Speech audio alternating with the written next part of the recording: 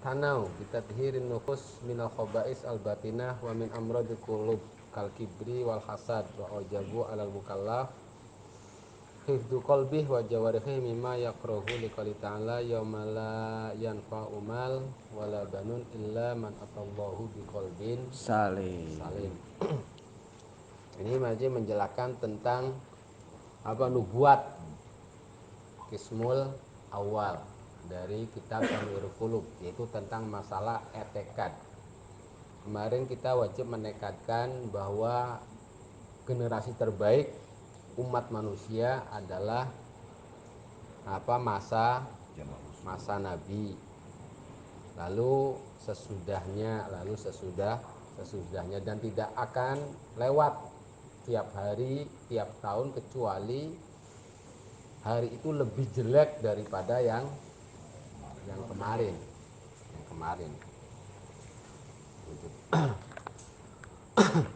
Terus juga kita wajib nekatkan bahwa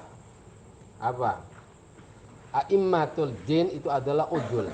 Semua imam-imam agama itu adalah orang-orang adil. Orang-orang adil.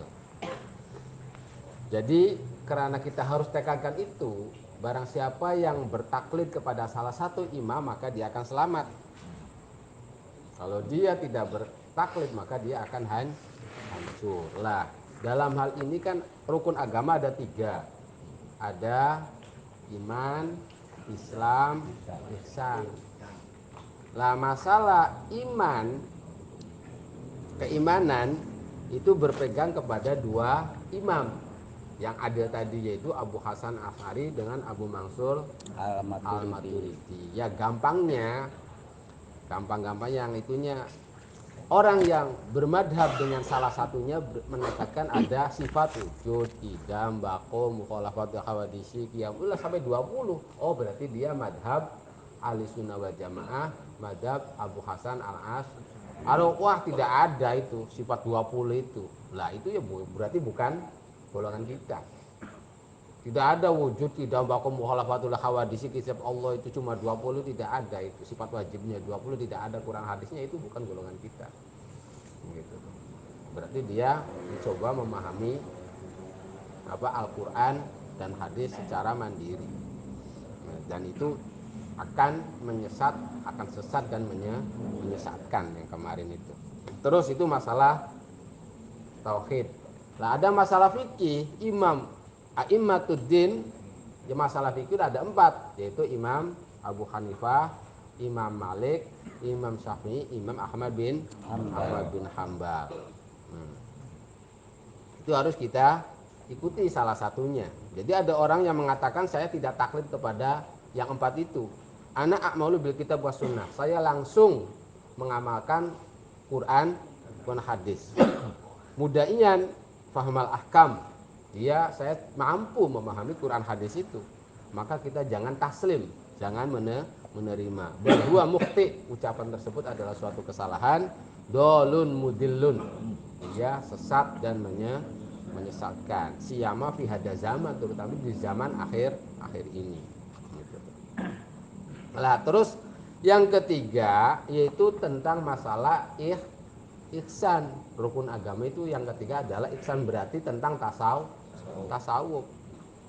Nah, juga kita harus punya imam-imam, sebab ada aliran-aliran sesat gitu tuh. Aliran sesat. Kalau lebih diitukan adalah torekot. Itu apa? Medan atau yang dibahas oleh para beliau-beliau imam udul dalam masalah qismul tauhid itu adalah tadhhirun nufus minal khaba'is al-batinah. Bagaimana mencucikan jiwa ini dari khaba'is al-batinah, sifat-sifat jelek hati yang batin itu tuh. Seperti ujub, takabur, riya, hasud, sum'ah, ghibah, itu harus dimusnahkan dalam hati. Itulah rukun Islam yang ketiga, yaitu ihsan. Gitu tuh. Itu medannya itu masalah hati. Bagaimana hati itu suci dari khaba'is, sifat-sifat yang menjijikan yang berupa batin. Itu min amradil qulub, penyakit-penyakit hati. Al-kibri. Wa wajabu ala mukallaf itu qalbihi, dan beliau-beliau itu mewajibkan setiap mukallaf, yaitu kita-kitaan. Udah dewasa, terus akalnya sehat waras, itu wajib hifdzu qalbih, menjaga hati kita. Selain kita menjaga hati kita, juga menjaga semua anggota badan kita.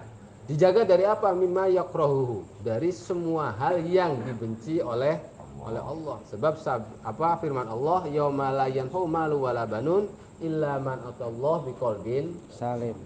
Nanti di hari kiamat, itu hari yang tidak ada manfaat yang namanya harta benda itu.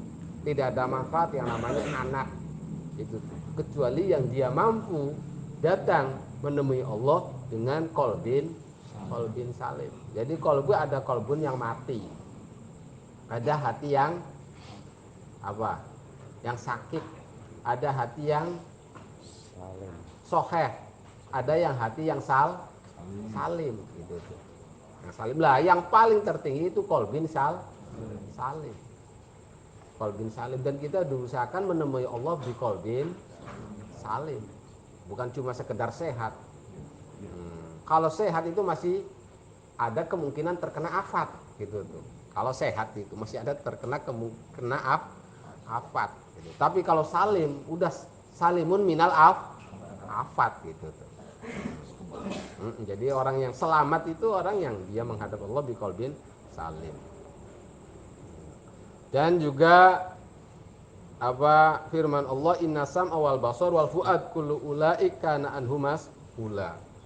Pendengaran kita, apa yang kita dengar, mata kita, apa yang kita lihat, hati kita, yang apa yang kita bersihkan, itu semuanya akan dipertanyakan semua gitu oleh Allah itu.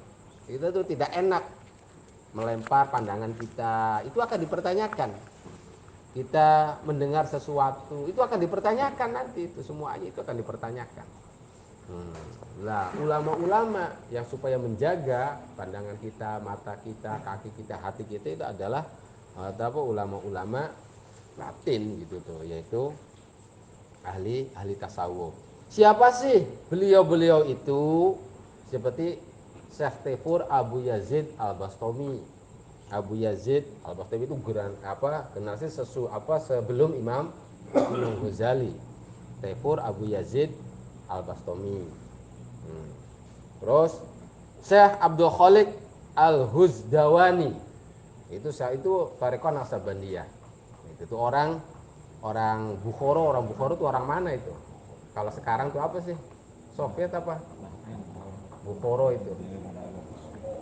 Soviet. Iya, Soviet lah kalau dulunya mah.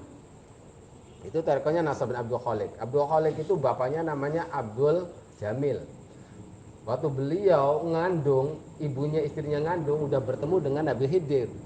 Abdul Jamil, nanti anak kamu itu jadi orang hebat. Itu karena Nabi Khidir itu jadi orang hebat. Nanti kasihlah dia namanya Abdul Khaliq. Itu pada sih masih dalam kandungan. Itu bertemu Nabi Khidir, ya benar, terlahir akhirnya langsung dikasih nama Abdul Khaliq. Dia jadi orang yang sangat luar biasa. Yang namanya sholat itu selalu di Mekah, tapi apa posisinya dia di Bukhara. Tapi kalau sholat di Mekah, nanti di Bukhara udah datang lagi gitu tuh. Perjalanan Mekah dengan Sofia kan sangat jauh gitu.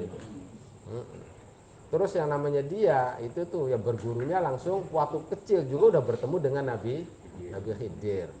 Yang namanya Abdul Khaliq itu.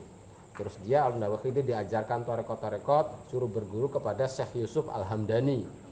Syekh Yusuf Al-Hamdani belajar di sana gitu tuh. Itu Abdul Khaliq Al-Ghuzdawani. Itu tarekatnya tarekat Naksabandiyah. So, Syekh Muhammad Bahauddin An-Naksabandi itu pendiri tarekat Naksabandiyah, Muhammad Bahauddin An-Naksabandi. Syekh Ahmad Al-Faruqi. Kalau Abdul Khaliq itu turunannya ke sananya itu Imam Malik. Abdul Khaliq Abdul Jamil itu turunannya Imam Malik. Kalau Syekh Ahmad Al-Faruqi As-Sirhindi itu turunannya sahabat Umar bin Khattab gitu.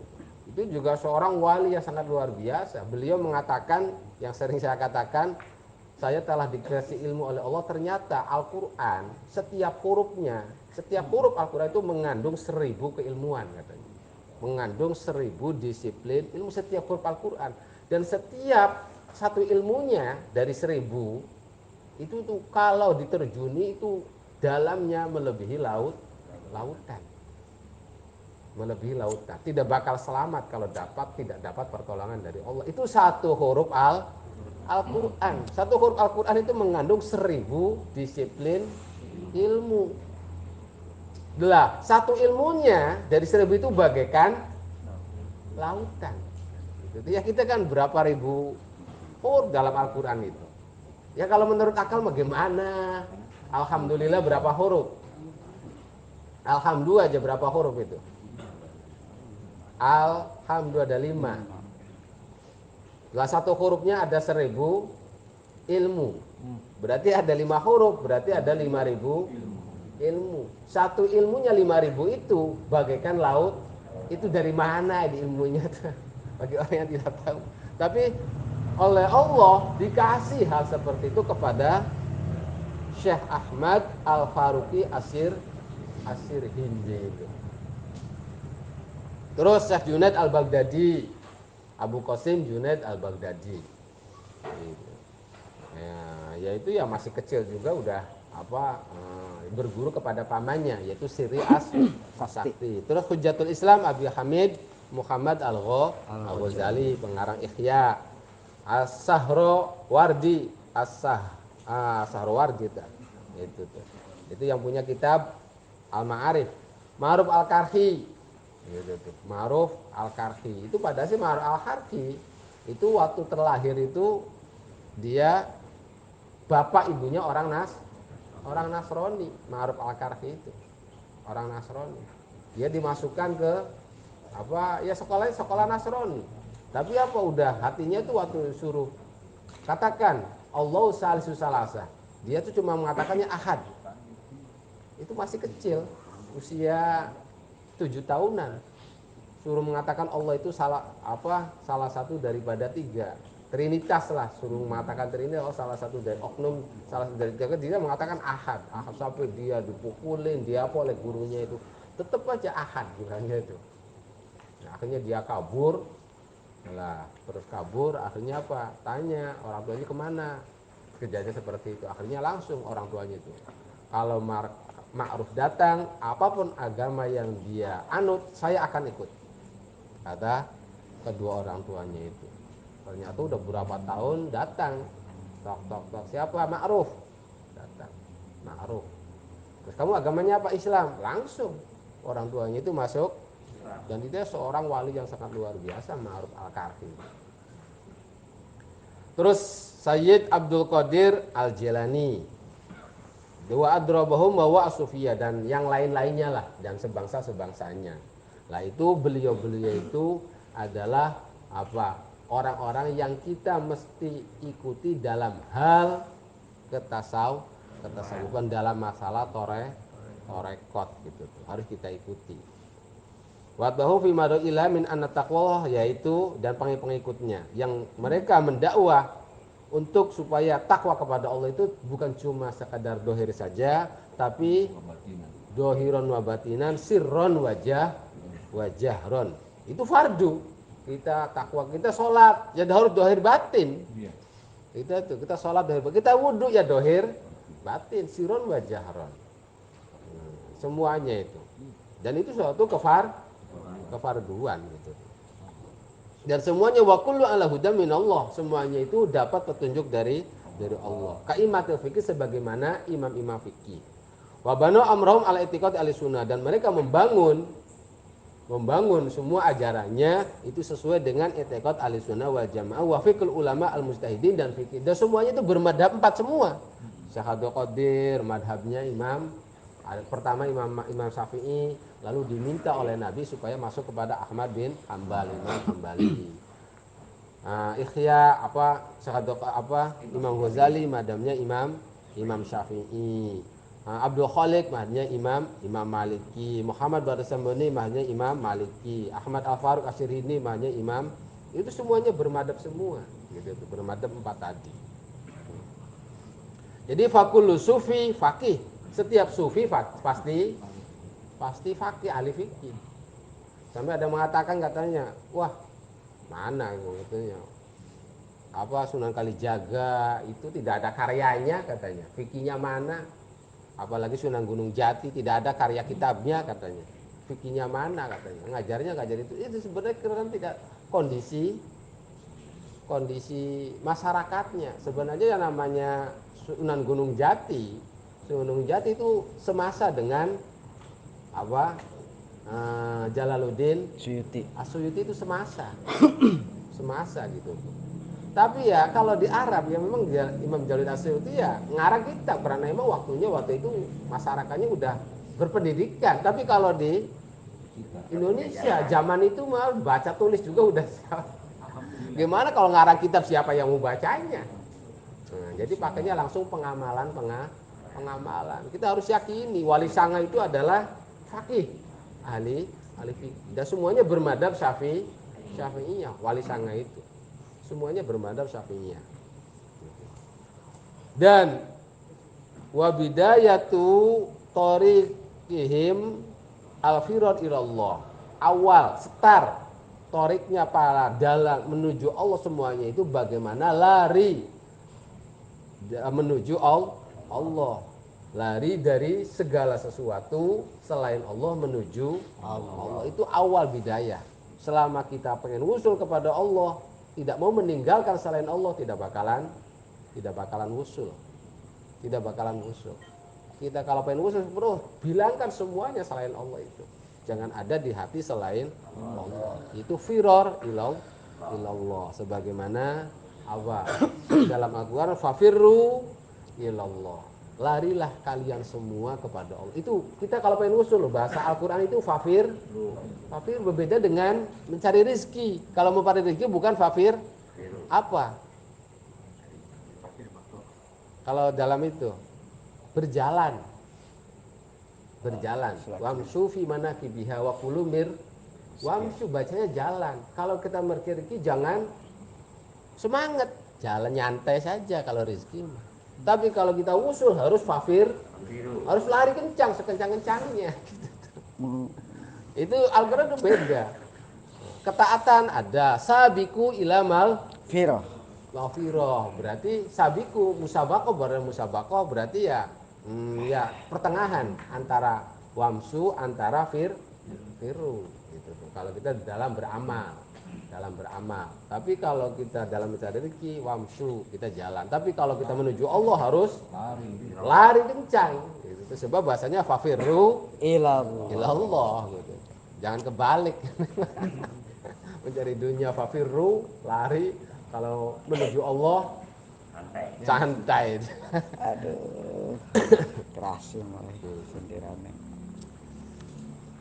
Wa ghayatu amrihim at-ta'alluq billah wahdah. Dan puncak daripada tarekat itu adalah ta'alluq billah wahdah. Kita cuma ketergantungan kita hanya kepada Allah semata. Qulillah summa darhum fi khadihim yal'abun. Jadi awal setar kita untuk menuju Allah itu kita lenyapkan selain Allah, lalu kita bisa udah sampai kepada Allah, kita hilangkan ketergantungan kepada selain Allah. Ya memang kalau udah kita dapatkan Allah mah kita kita nggak bakalan ta'aluk kepada selain Allah itu. Pasti ketergantungannya hanya kepada Allah semata. Sudah. Wa kada yajibu at-ta'at ila aimatil muslimin, juga kita selain kita wajib dalam hal fikih mengikuti salah satu madzhab 4, dalam hal tauhid mengikuti salah satu madzhab 2, dalam hal tasawuf itu madzhab 2 itu Junaid al-Baghdadi dan Imam Ghazali. Semuanya kiblatnya Syekh Abdul Qadir, Siri As-Sakti, Abdul Khaliq Al-Ghazwini, itu semuanya kedua Junaid al-Baghdadi dengan itu semua nanti sumbernya mah. Selain itu juga kita harus taat kepada pemerintah, kepada ulil amri lah di sini.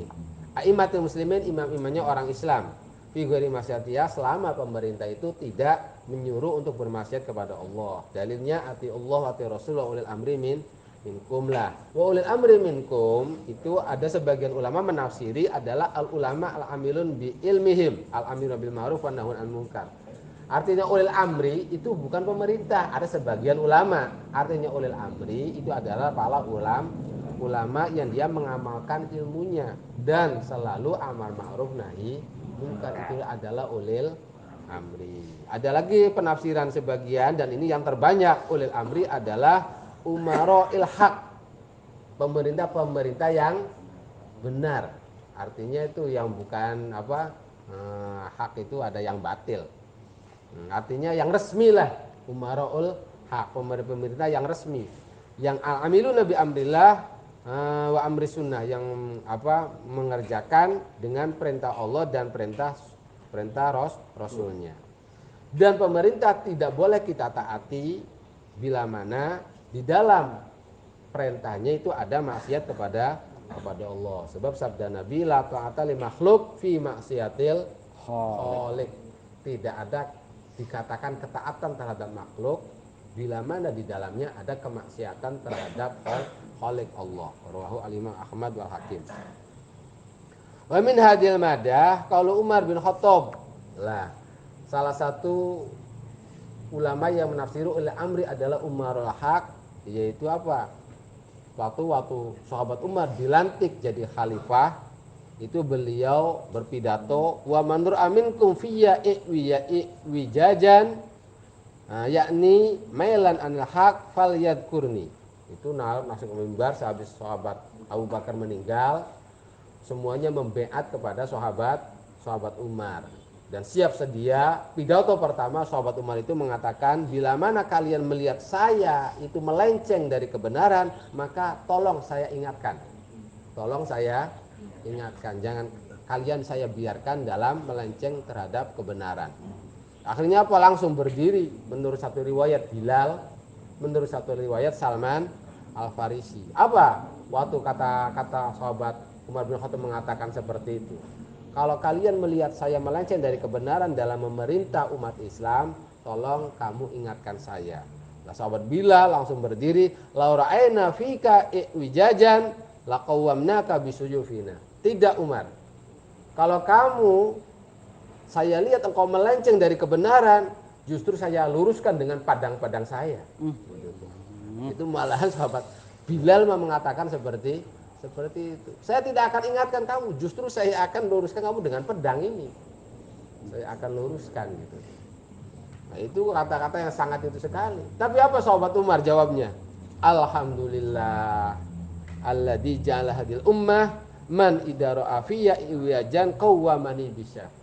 Segala puji bagi Allah yang mana Allah telah menjadikan umat ini ada orang yang bila melihat saya dalam kesesatan, dia mau meluruskanku dengan pedangnya. Itu. Dengan pedangnya. Walaupun kalau lihat sejarah sahabat Umar kan orang yang terhormat, masih suku Quraisy terhormat. Yang mengatakan itu Bilal, seorang budak. Walaupun dia dikritik, dikatakan pedas, dia bilangnya alhamdulillah sahabat Umar. Kamu apa, ngomong apa, budak? Ya tidak seperti itu. Walaupun dia orang terhormat, orang apa, ya dengan dikatakan keras seperti itu, ya alhamdulillah. Ya salah satu ini momentum masih bulan Mulud. Salah satu yang wajib kita tekadkan, Allah Taala qad amma risalatahu sallallahu alaihi wasallam fi zaman wal makan. Bahwa kita harus tekadkan bahwa Allah mengutus nabi yang terakhir, yaitu Nabi Agung Muhammad sallallahu alaihi wasallam itu diutus secara menyeluruh fi zaman wal makan. Di semua zaman sejak Nabi Adam sampai akhirus zaman. Wal makan, dimanapun pelosok bumi itu dia terkena risalah Nabi gitu. Risalah Nabi kita harus tekadkan itu. Enggak, risalah Nabi itu enggak cuma zamannya Nabi udah meninggal, udah enggak ada, tidak seperti itu. Bahkan sebelum Nabi itu sejak Nabi Adam sampai akhir zaman, dimanapun manusia itu di pelosok-pelosok bumi itu terkena risalatun harus tekad-tekadkan. Farsalahu ila jamil mukallafin minal insi wal jin. Dan Allah mengutus Nabi kita itu kepada semua mukallaf, baik dari bangsa jin atau bangsa malaikat. Sebab sabda Nabi, buistu ilaka ilan nasika fah, saya diutus untuk segenap manusia. Rawahul Bukhari wa ghairuh. Walillahi ta'ala, dan juga karena firman Allah, wa marsalnaka illa kafatal linnas, saya tidak utus engkau kecuali pada segenap manusia. Jadi barang siapa yang menafikan risalah Nabi kepada semua manusia, Nabi di risalah cuma orang Arab saja. Maunya dia tekadnya seperti itu, cuma bagi orang Arab saja. Selain Arab tidak terkena risalah Nabi. Atau Nabi itu diutus cuma waktu zamannya saja. Kalau nabinya mudah meninggal, ya udah, tidak terus lagi lah. Orang menekankan seperti itu, maka dia fahuwa kafir, maka dia dihukumin kafir. Kaman nafal Islam, seperti orang yang menafikan Islam. Wal asoh annahu sallallahu alaihi wasallam mursal ilal malaikat. Bahkan menurut kaul yang sahih, bahwa nabi kita itu tidak cuma diutus kepada manusia, tidak cuma diutus kepada segenap jin, juga nabi kita diutus kepada semua malaikat. Itu terutus oleh dapat risalahnya nabi kita. Kalau keutusnya nabi dengan keutusnya nabi itu, ya bahkan ada lagi kita melihat itu bukan cuma malaikat, jin, langit, bumi, air, apa juga dapat risalahnya nabi. Sebab bahasa Quran kan, wa marsalnaka illa rahmatal lil alamin. Yang namanya alamin kan enggak cuma manusia, jin dan malaikat. Gunung, batu itu adalah alam. Itu dapat risalahnya nabi. Itu kaul yang sahih lah seperti itu. Apalagi yang berakal seperti jin, manusia, malaikat. Yang tidak berakal pun ya dapat risalahnya nabi. Sebab wa marsalnaka illa rahmatal lil alamin. Udah, jadi ini pembahasannya pertama tentang ajaran-ajaran torekot yang mesti kita pegang, dan itu adalah suatu kewajiban. Yang intinya ajaran torekot itu bagaimana hati ini bersih dari amrodil qulub, bersih dari khobais al-batinah, supaya kita akan bertemu dengan Allah nanti dalam keadaan qalbin salim. Itu pertama pembahasannya. Yang kalau kita secara garis besarnya, untuk mulai setar kita menuju ke sana, itu kita fafirru ilallah. Kita singkirkan dulu selain Allah, kita menuju Allah, gitu tuh. Dengan kita berlari. Nah, ini nihaya puncak kebenaran itu, kita udah sampai. Kita tidak pernah ada ta'alluq selain Allah, tidak ada ketergantungan hanya kepada Allah semata. Itu ending akhir daripada kita usul ke Allah. Itu pembahasan yang pertama. Keduanya tentang ketaatan kita kepada pemerintah. Terus yang ketiga tentang kewajiban kita menekadi bahwa keutusnya nabi kita itu secara umum, menyeluruh kepada segenap makhluk lah, intinya seperti itu. Enggak cuma sekedar jin, manusia dan malaikat saja. Wallahu alam bishawab.